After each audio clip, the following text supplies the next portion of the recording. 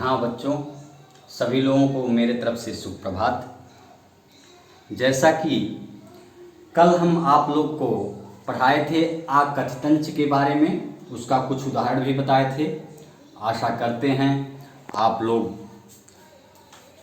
सब जान गए होंगे।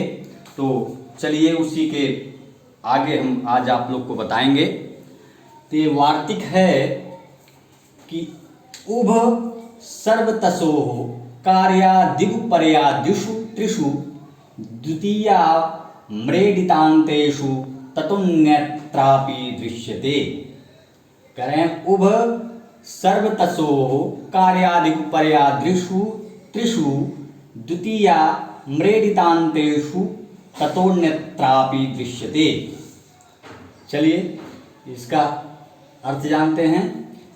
पहले दिया है उभ सर्वतसोः। अब उभ सर्वतसोः उभयतः और सर्वतः, उभयतः और सर्वतः। उभयतः कहीं कहीं उभयता का अर्थ दोनों तरफ होता है, कहीं कहीं चारों तरफ होता है, और सर्वतः चारों ओर। ठीक। धिगु पर्यादिषु, धिगु पर्यादिषु, धिक उपर्यादिषु, धिक उपर्यादिषु। धिक यहाँ किसके अर्थ में है? निंदनीय अर्थ में। धिक मतलब धिक्कार, है ना। उपर्यादिषु, अब उपर्यादिश को हम अलग अलग करेंगे तो हो जाएगा उपरि प्लस आदिषु, उपरि प्लस आदिषु। इको यड़च यड़ संधि है इसमें, तो कह रहे हैं उपरि प्लस आदिषु, उपरि आदि में। आदिषु सप्तमी विभक्ति है, तो कहें उपरि आदि में। अब देखिए आम्रेडितान्तेषु, आम्रेडित किसे कहते हैं? इसको अलग अलग करते हैं। पहले आम्रेडित प्लस अंतेषु, आम्रेडित के अंत में, है ना। आम्रेडित के अंत में। आम्रेडित क्या है? आम्रेडित उन्हें कहते हैं जैसे कोई शब्द जो है कई बार बोल दिया जाए, है ना। तो कई बार बोल दिया जाए तो उस बाद वाले शब्द को क्या कहते हैं? आम्रेडित कहते हैं। यहाँ हमने लिख दिया है द्वित्व किए गए शब्द के आगे वाले अर्थात बाद वाले रूप को क्या कहते हैं? आम्रेडित कहते हैं। जैसे हमने कह दिया बारंबार, तो लास्ट वाला बार जो है वो क्या हो गया? आम्रेडित हो गया। ऊपरी ऊपरी, ऊपर ऊपर कह दिए तो बाद वाला जो ऊपरी है वो क्या हो गया? आम्रेडित हो गया। तो अब ये कह रहा है कि उपर्यादिषु, है ना, उपर्यादिषु। अब उपर्यादिषु मतलब ऊपरी आदि में। अब ऊपरी आदि में क्या क्या आता है? ऊपरी, अधः, अधि, है ना। ऊपरी, अधः, अधि को आम्रेडित। अब इसको आम्रेडित कह रहा है। आम्रेडित अर्थात बार बार है, तो आम्रेडित करने पर क्या बनेगा? ऊपर प्लस ऊपर, ऊपरी ऊपरी, अधो अधा प्लस अधा, अधोधा, अधि प्लस अधि, अध्यधि। अब इसमें भी यण संधि है, इसमें भी यण संधि है ना। अधोधा, अधा प्लस अधा, है ना। तो अब ये कहता है कि यही ऊपर अधा अधि, यही क्या हो गया? उपर्यादिषु। अब कह रहे हैं इसी को आम्रेडित करने पर, है ना, आम्रेडित तो हो गया ऊपर ऊपरी, अधोधा, अध्यधि। ठीक। अब ये सूत्र क्या कहता है? उभ सर्वतसोः, उभयतः और सर्वतः, है ना, उभयतः और सर्वतः। धिक पर्यादिषु, धिक और ऊपरी ऊपरी, है ना, अधो अधः और अध्यधि, अध्यधि। इन 6 अव्ययों के योग में क्या कहते हैं? द्वितीया। वार्तिक क्या कहता है? कहता है द्वितीया विभक्ति होती है। ये वार्तिक है, ये सीधे जो है द्वितीया विभक्ति करता है, ना कि कर्म संज्ञा। तो यही ध्यान देने हैं, ये वार्तिक है। ये कहता है उभयतः सर्वतः, धिक और ऊपर ऊपरी, अधोअधा और अध्यधि। इन 6 अव्ययों के योग में क्या होती है? द्वितीया विभक्ति होती है। समझ में आया? ये कहता है उभ सर्वतसोः कार्यादि पर्यादिषु त्रिषु द्वितीया मृडान्तेषु ततोऽन्यत्रापि दृश्यते। कहता है उभयतः सर्वतः धिक, है ना, ऊपर ऊपरी, अधो अधः और अध्यधि, इन 6 अव्ययों के योग में क्या होता है, द्वितीया विभक्ति होती है। ठीक, तो जैसे हमने कह दिया उभयतः कृष्णम गोपाः, है ना, उभयतः कृष्णम गोपाः। अब यहां कह रहे हैं कृष्ण के दोनों ओर क्या है, ग्वाले हैं, कृष्ण के दोनों ओर ग्वाले हैं। अब यहां उभयता आ गया है, तो कह रहे हैं उभयता के योग में किस वार्तिक द्वारा, उभ सर्वतसो कार्यादि उपर्यादिषु त्रिषु द्वितीया मृडान्तेषु ततोन्यत्रापि दृश्यते। इस वार्तिक से, है ना, किसमें, कृष्णम में, कृष्णम में द्वितीया विभक्ति होगी, है ना, उभयता के योग में, है ना, उभ सर्वतसो कार्यादि पर्यादिषु त्रिषु द्वितीया मृडान्तेषु ततोन्यत्रापि दृश्यते। इस वार्तिक से कृष्णम में जो है द्वितीया विभक्ति होगी, तो यहाँ कृष्ण में जो है द्वितीया विभक्ति लगकर क्या हो गया, कृष्णम। ठीक, समझ में आ रहा है। फिर आगे देखिए, क्या है, सर्वतः कृष्णम वृक्षा सन्ति, सर्वतः चारों ओर कृष्णम, कृष्ण के वृक्षा सन्ति, वृक्ष हैं, कृष्ण के चारों ओर क्या है, वृक्ष है। तो अब यहां सर्वता आया है, सर्वता में कौन सा प्रत्यय है, तस् प्रत्यय है, सर्वता में कौन सा प्रत्यय है, तस् प्रत्यय है। तो कह रहे हैं सर्वता के योग में, है ना, उप सर्वतसो कार्यादि पर्यादिषु त्रिषु द्वितीया मृडान्तेषु ततोन्यत्रापि दृश्यते। वार्तिक के द्वारा, वार्तिक से क्या है, इस कृष्णम में, कृष्ण में द्वितीया विभक्ति होगी।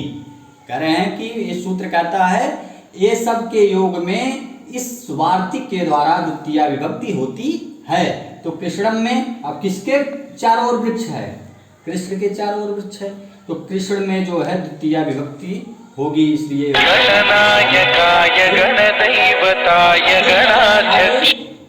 धिक कृष्णा भक्तम, धिक्कार है, निंदनीय अर्थ में है धिक, मतलब धिक्कार, कृष्ण के अभक्त को, कृष्ण के अभक्त को क्या है, धिक्कार है ना। कह रहे हैं कृष्ण के अभक्त को क्या है, धिक्कार है।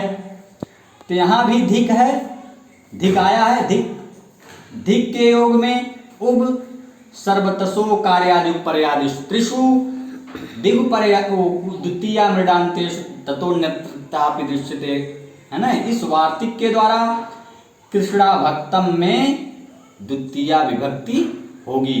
कृष्णा भक्त में, कृष्ण के अभक्त में जो है, कृष्णा भक्त में जो है द्वितीया विभक्त होकर कृष्णा भक्तम बना।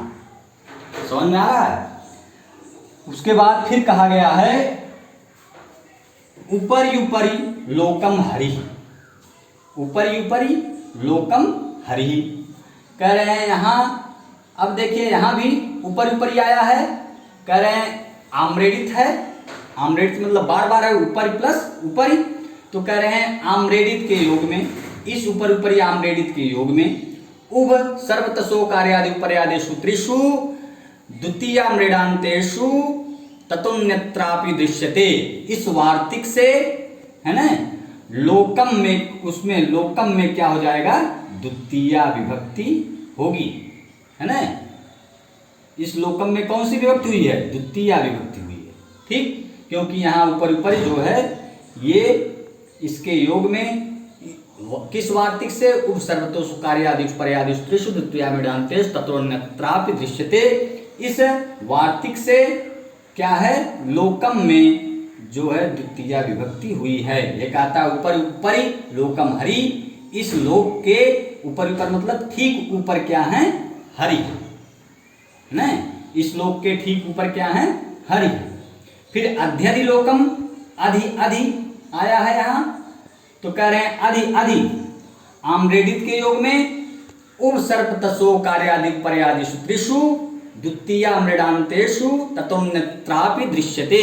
इस वार्तिक के द्वारा किसमें, लोकम में, लोकम में क्या हो जाएगा, द्वितीया विभक्ति होगी। तो लोक में द्वितीय विभक्त होकर क्या बन गया? लोकम। अध्यध मतलब ठीक नीचे, अध्यध मतलब होता है पास पास, ठीक ना। कह रहे हैं कि हरि जो है लोक के पास पास हैं, ठीक। फिर उसके बाद अधोधः लोकम हरि, पाताल लोक के ठीक नीचे क्या है? हरि हैं। यहाँ अधा अधा आम्रेडित है ना, बार बार आया है, तो कह रहे हैं अधा अधा इस आम्रेडित के योग में, ठीक ना। उपसर्वतसो कार्यादि पर्यादिषु त्रिषु द्वितीय मृडांतेषु ततोन्नत्रापि दृश्यते। इस वार्तिक के द्वारा इस लोक में जो है द्वितीय विभक्ति होगी, ठीक ना। इसलिए यहाँ लोक में द्वितीय विभक्ति लगकर क्या हो गया? लोकम। और बाकी जो इसके पहले पढ़ाए थे वो कर्म संज्ञा करता था। जैसे आकथितंच कहता था कि जो 16 आकर्मक धातुएं हैं, जो 16 द्विकर्मक धातुएं हैं, उसके योग में कर्म संज्ञा होती है। और जब कर्म संज्ञा होती तो फिर कहता है कर्मण द्वितीय, कर्म में द्वितीय विभक्ति होती है। लेकिन ये वार्तिक है, वार्तिक कहता है वो सीधे द्वितीय विभक्ति कर दिया है। वार्तिक जो है सीधे वो विभक्ति करता है। उपसर्वतसो कार्यादि पर्यादिषु त्रिषु द्वितीय मृडांतेषु ततोन्नत्रापि दृश्यते। ये इस सूत्र के योग में क्या होती है? द्वितीय विभक्ति होती है। देखिए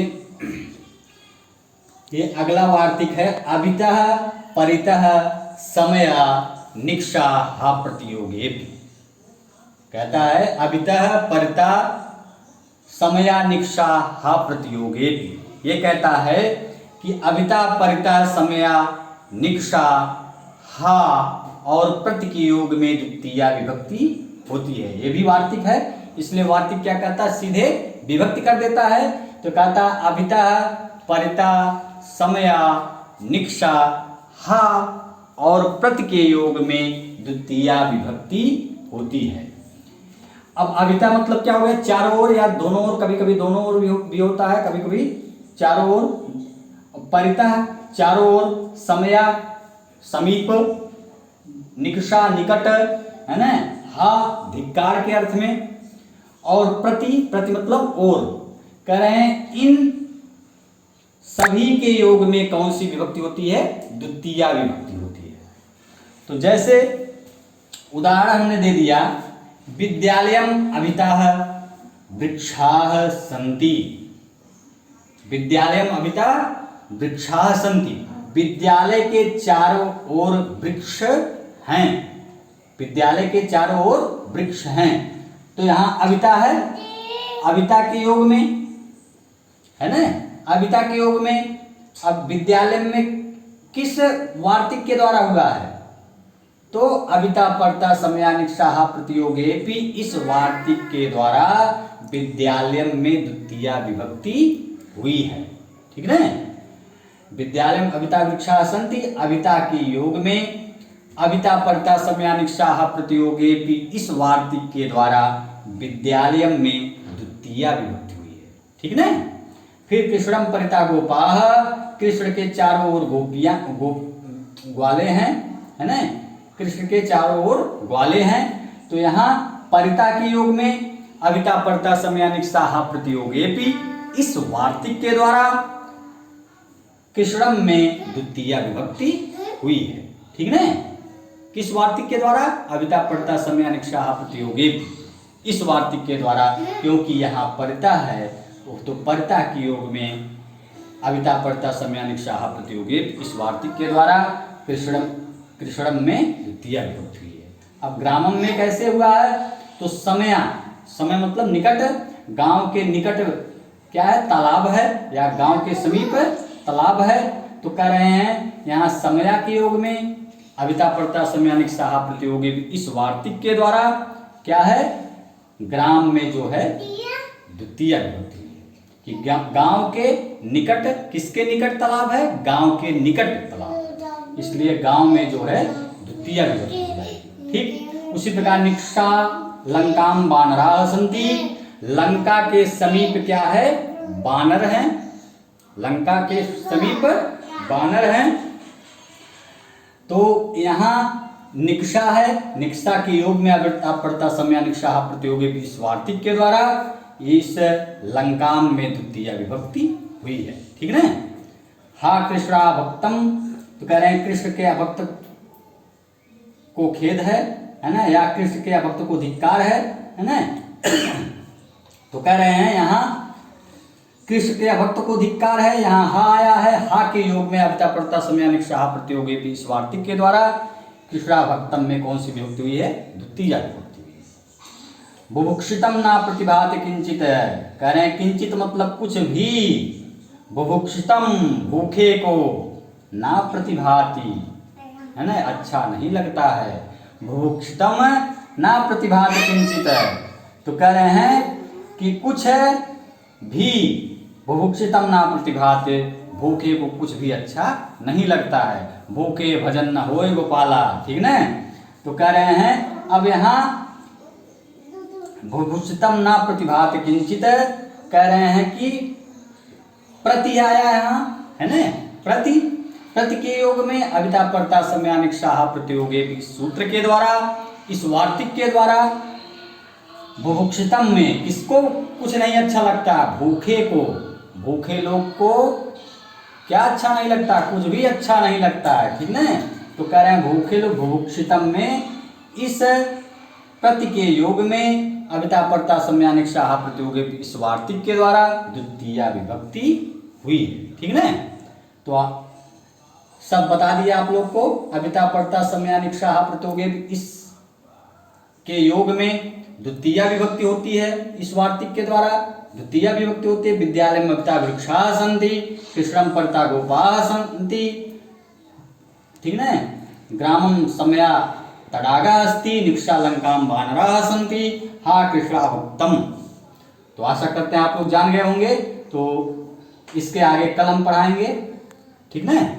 बहुत बहुत धन्यवाद।